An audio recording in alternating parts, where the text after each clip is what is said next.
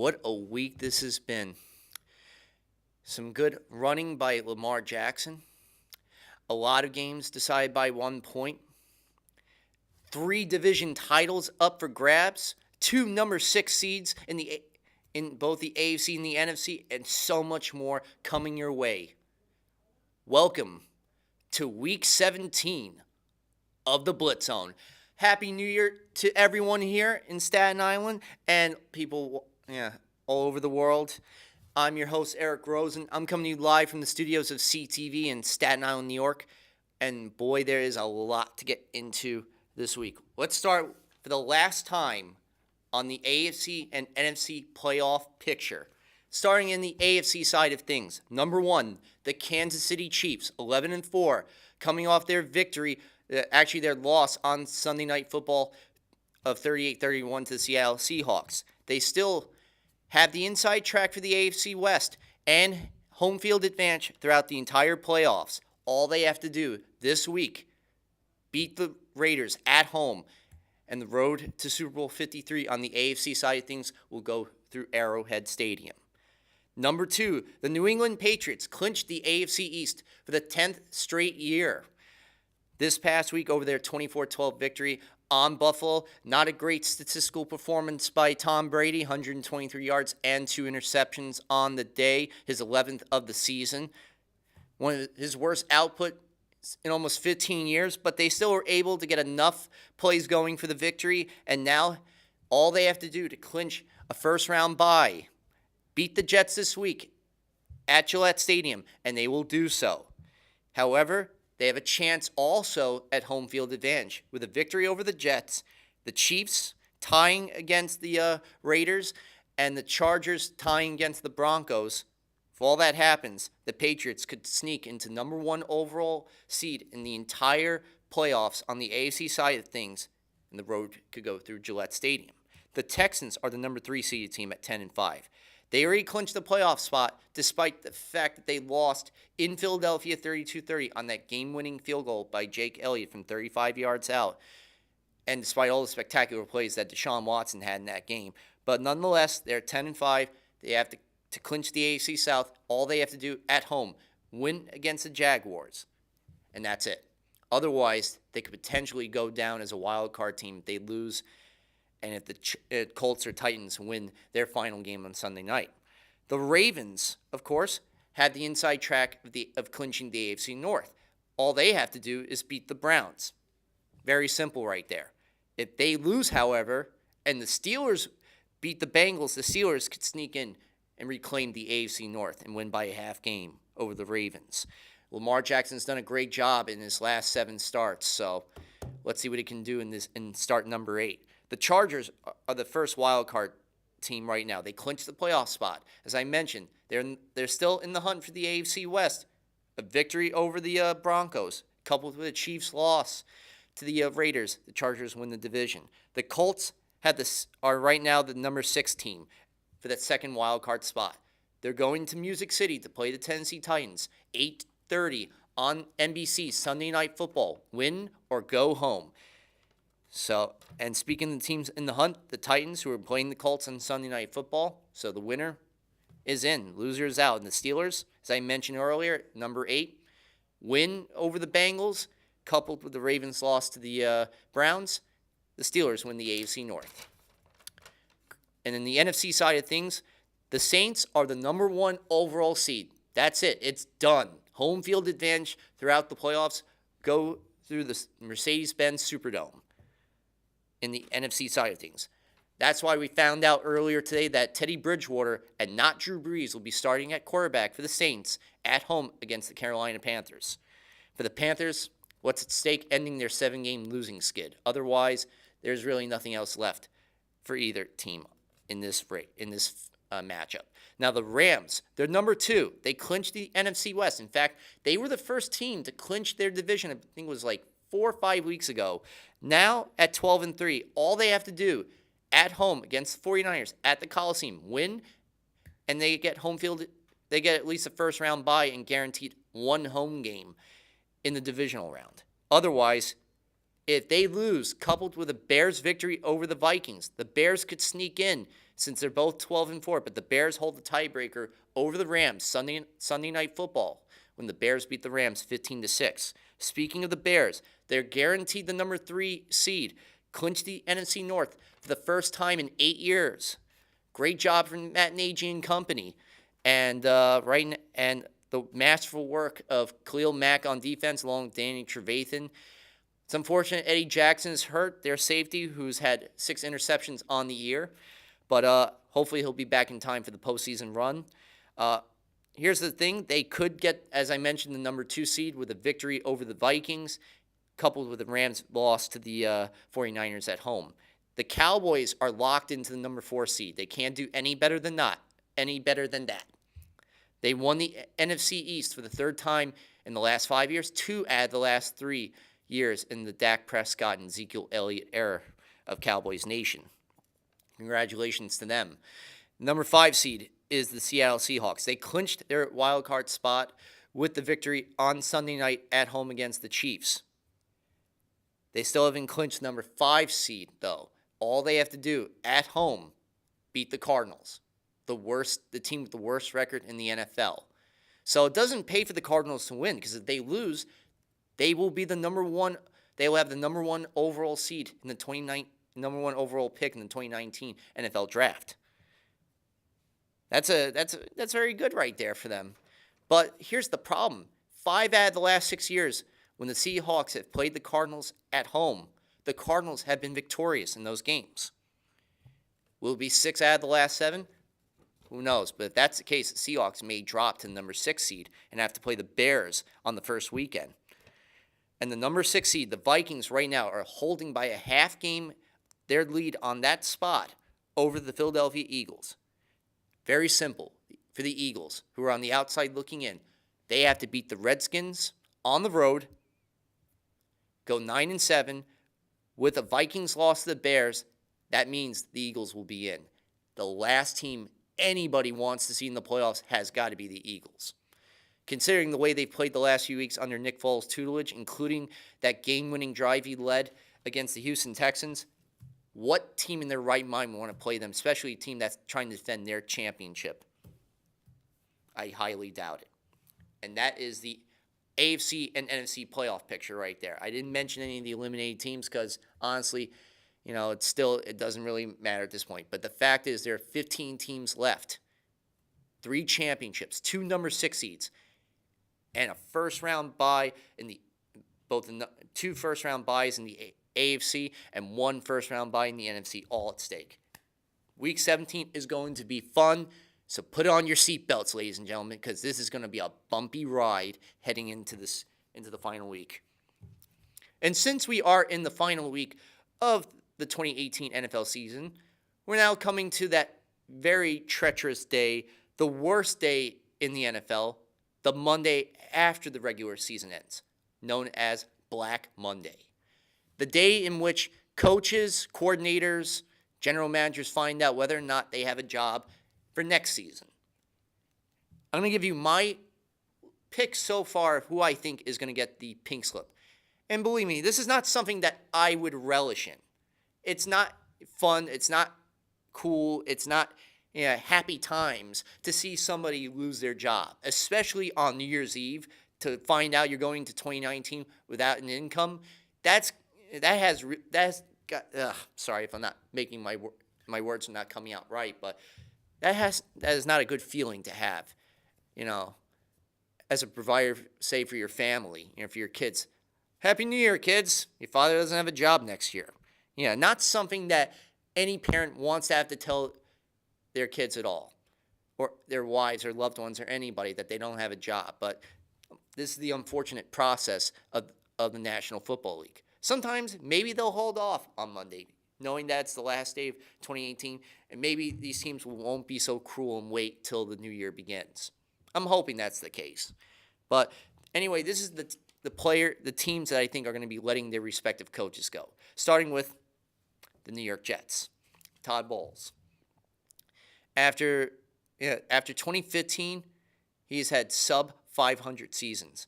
Went 5-11 last year. Right now, they may go 4-12 this season. 9 wins in the last 2 years. No way. I think the organization, especially our ownership with the Johnson family, has had it up to here with Todd Bowles. And I think he's going to be given his pink slip. He should have been let go when they lost in that unmitigated disaster that was the Buffalo Bills game at MetLife Stadium that I was at with my mother, having to witness that piece of garbage and other type of words that I would like to use, but I can't since we're on a family network. But nonetheless, it was a pitiful game, an unmitigated disaster. He should have been fired after that one. Instead, they let him continue, spreading his virus. Unfortunately, the Jets have lost. They've lost 8 out of their last 9 games. 3 out of the last 4 with leads with 5 minutes to go in the game, all blown leads in one inexplicable way or another, including this past week, 16 penalties for 170 yards. Yikes. Adam Gase for the Dolphins is a bit of a question mark. Him and their general manager, Rich Tannenbaum, Mike Tannenbaum, who used to be the general manager for the New York Jets some ages ago. Marvin Lewis, after being the second most tenured coach in the NFL behind Bill Belichick. Well, we all know Belichick ain't going unless he's either he decides to retire, or if he decides to retire. That's the day when Bill Belichick is done coaching the Patriots, or if Tom Brady doesn't want to play football anymore.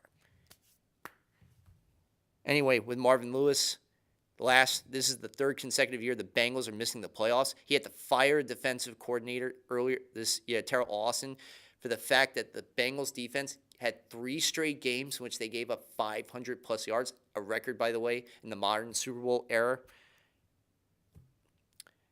And the loss of A.J. Green this year and Andy Dalton yet again to a thumb injury, the ineptitude in several games this year, the fact they started 3-1 and now they're on the verge of missing the postseason.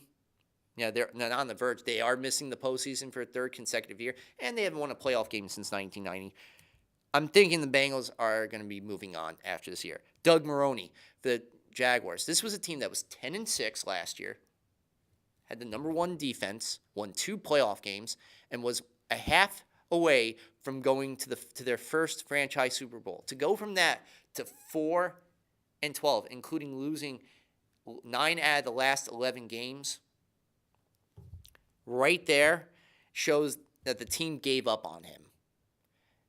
Blake Bortles is not, or Cody Kessler, either one is not a starting quarterback for you. Leonard Fournette hasn't shown us what he can do in the league, if he's healthy enough, that is. This was the guy who was at LSU, probably he was the number 1 recruit in all of high school before he went to LSU. And he was the biggest star at LSU. And then he comes out, gets drafted by the Jaguars in the top 5 the year after Ezekiel Elliott. And yet, things have not panned out for him. A lot of work they need to do on that offense, because the defense is still good. They're in top 5 defense. It's the offense that has been horrible to watch. Vance Joseph, we're already hearing reports that John Elway is moving on from him in Denver, and I think that's going to end up being the case as well. They have had back-to-back losing seasons for the first time since 1971-72. Jay Gruden, I think, will be the surprise firing of 2018 from Washington. They got to move on from him. 4 quarterbacks they've had to start, including Josh Johnson, 2 of which were unfortunately had season-ending broken tibias. 1 with Alex Smith, who's probably done for his career. Forget the season. I think his career is pretty much over. If you watch that injury, which I do not suggest you do at all, it was so gruesome that there's no way that you come back from that. Look at what happened to Joe Theismann. In fact, it happened on the 30-year anniversary of the Joe Theismann hit. I know I really do feel for Alex Smith. I hope that he's getting better, but I don't think his career is going to ever be the same again. And as for Jay Gruden himself, the team has not done any better than winning a division title in 2015. Otherwise, this team needs to move on and go in a new direction. Ron Rivera, even though owner David Tepper, the new owner of the team, has said publicly that he's going to keep him, I'm thinking, I doubt it, considering they've now lost 7 consecutive games. Some of the play calling has been on him, the inability to score in the red zone, and the shoulder issues that Cam Newton has had. I don't think Ron Rivera makes it past this season, especially in this final game. They're on their third quarterback in 3 games. Dirk Cutter and Tampa Bay, one of the worst offenses in the league, going between Ryan Fitzpatrick, or as Jamie Hickson has called him, Fitztragic, which he has been tragic in several games, and Jameis Winston, was suspended this year for off the field BS that he did. I'm not even going to mention it because it really makes me upset, and I don't want to get like that in front of you, my audience. And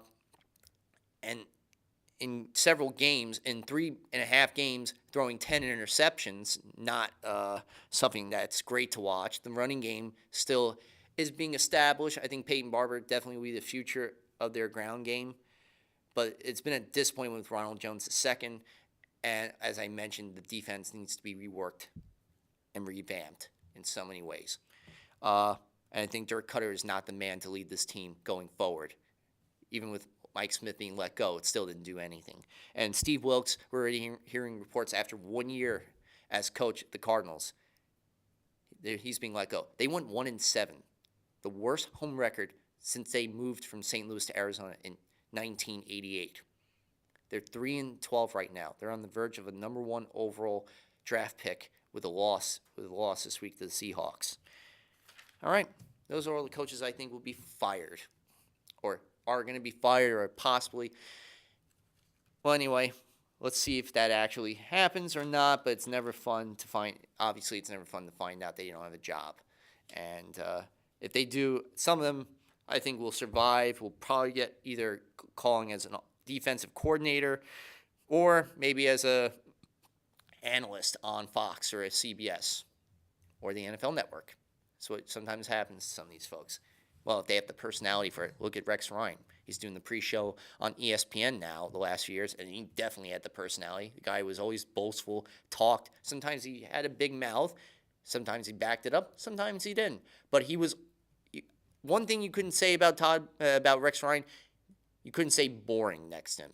Todd Bowles, boring to watch, boring to listen as conferences, and no fun whatsoever. The only person that is allowed to be boring is Bill Belichick.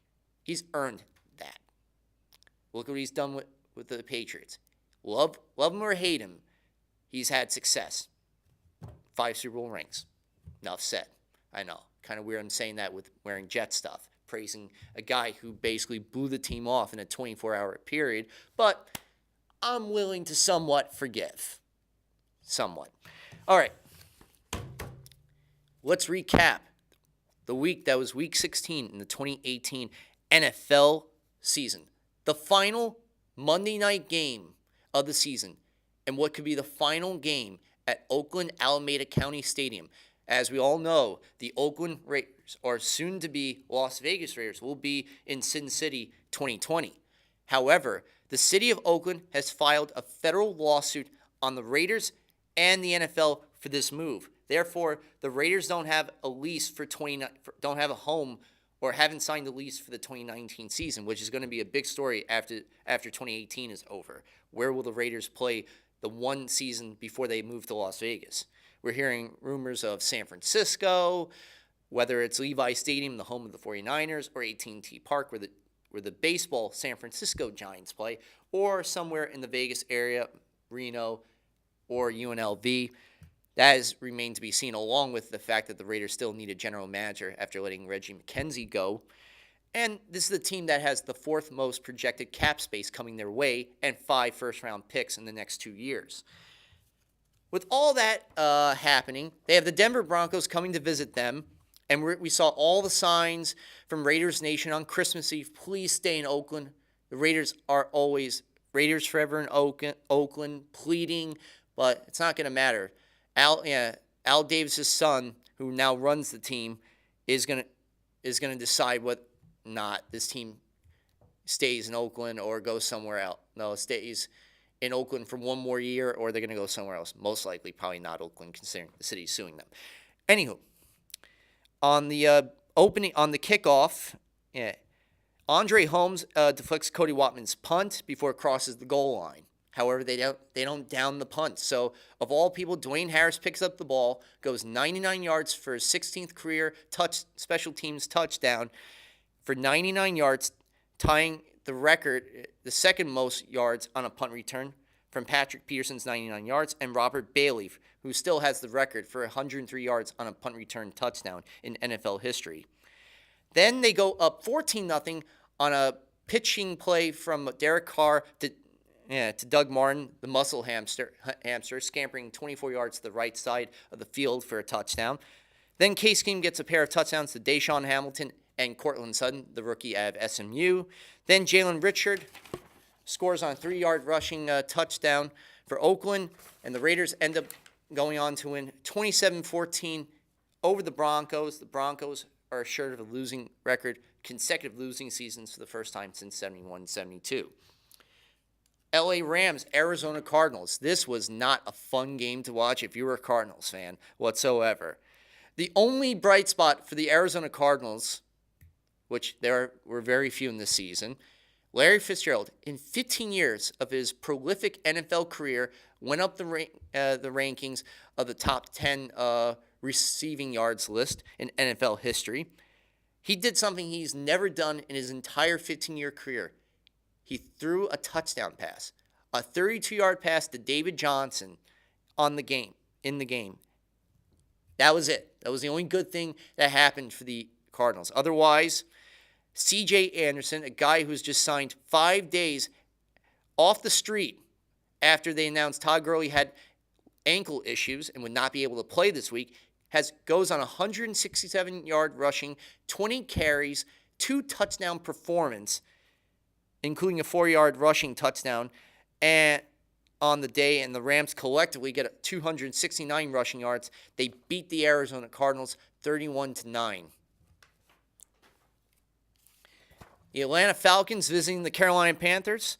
Matt Ryan, of course, trying to get a 2-game winning streak going on, and they do, with 239 yards passing, and the Falcons as a whole rush for 194 yards on the ground without Devonta Freeman this year. And Matt Ryan throwing 3 beautiful touchdown passes, including the go-ahead 75-yard touchdown to Calvin Ridley, and the 44-yard crossing route pass to Mohamed Sanu, and the 1-yarder to Julio Jones. My favorite with the Calvin Ridley was the fact that it was on a pump fake play, psyching out the safety Eric Reed of the Panthers going down the left sideline. Calvin Ridley has his 8th touchdown this season, tying a franchise record for rookies in Falcons history. They beat the Panthers 24-10. Panthers now have lost 7 consecutive games. This was the first career start for Tyler Heineke for the Panthers since Cam Newton is shut down for the year with a shoulder injury. He's sustained during the season. That's why he was inaccurate at certain moments. If you look at the Detroit Lions game, the way he overthrew Jairus Wright, you could tell he had shoulder issues then and still has them now. And that's going to be a story in the offseason for the Panthers. Will Cam Newton be able to be ready in time for 2019? Tyler Heineke, unfortunately, injured his left elbow, so they bring in Will Allen, the undrafted rookie. He's going to be starting this Week 17 against the Saints, while the Falcons will be playing the Buccaneers. I'll get into that in a little bit. Ravens, Chargers, Saturday night. Lamar Jackson coming in 6 starts has been 5-1 since replacing Joe Flacco, who had a hip injury earlier this season.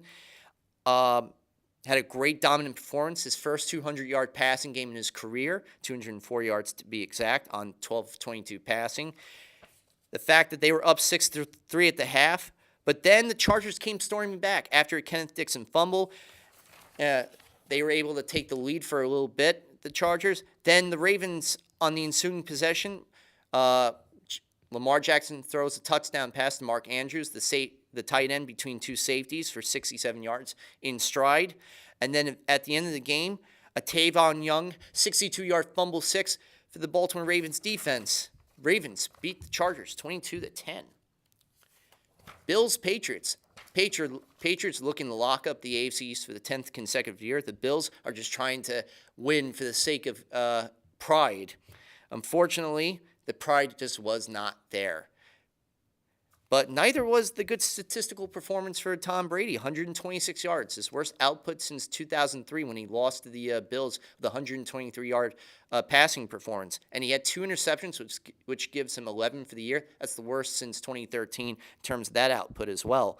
But nonetheless, the biggest play of the game was when they were up 14-6 on 4th and 4 from the Bills' 32-yard line. Brady finds Julian Edelman in the middle for on a quick slant route pass. He's tackled by the safety of the Bills, Raphael Bush, but he's on top of Raphael Bush, not on the ground. He gets up with that great field awareness, goes down the middle of the field for the touchdown. They end up winning 24-12 over the Bills. In fact, Brady was replaced in the fourth quarter by Hoyer on the day. Let's just hope that never happens. Because honestly, the Patriots are Brady, and Brady is the Patriots. Bears, 49ers. Mitchell Trubisky on the day gets a big touchdown pass. Jordan Howard running for another score. The fact is, this game was just low output. If you look at the only 2 scores of the day, the 4-yard pass to Miller, and then the Howard 2-yard rushing touchdown to make it 14-9. Niners even had a chance to go ahead in the fourth quarter. But Mullins' pass was deflected off Marquise Goodwin's hands into Danny Trevathan's, the linebacker for the Bears, for the interception with 7:37 to play. Bears beat the 49ers 14-9. Bengals-Browns, the second and final game of the Ohio rivalry. Last time Baker Mayfield defeated the Bengals 35-20, including those 4 touchdowns in the first quarter, in the first half alone. This time around, Baker Mayfield had another 3-touchdown performance.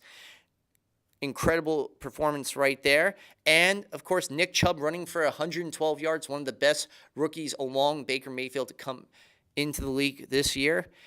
And they beat the Bengals 26-18, despite the fact that the Bengals nearly came back.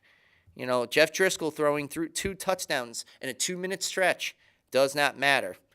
The big play of the game, of course, was the 66-yard touchdown pass from Baker Mayfield to tight end David Njoku, the second-year player out of Miami, and the Browns running out the clock. Let's look at it this way. The Browns have 7 wins. For a team that in the last 3 years had a combined 3 victories, to go from that, especially last year when they had no wins, second team in NFL history to do that, to go from 0 wins last year to 7 wins this year is a marked improvement. And that's all due, in fact, to the work that interim coach Greg Williams has done and offensive coordinator Freddie Hitchens.